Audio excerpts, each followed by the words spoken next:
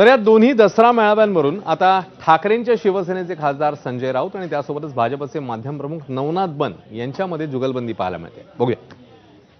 चर्चा आहे ना, चांगली चर्चा आहे. यात व्यथित व्हावं असं काही नाही ना.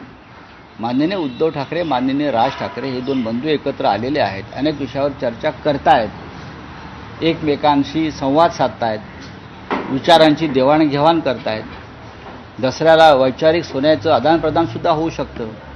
अशा वेळेला जर लोकांच्या मनात असेल, तर तुमचा हा मनात प्रश्न असेल, तर ही चांगली चर्चा, सकारात्मक चर्चा लोकांमध्ये असायला पाहिजे. ज्या पद्धतीनं गेल्या काही वर्षांपासून उभाटा गटानं वंदनीय बाळासाहेब ठाकरे यांचे विचार सोडून दिलेत आणि हिरवी पिल्लावळ माजवण्याचा प्रयत्न संजय राऊत आणि उभाटा गट यांच्याकडनं केला जातोय.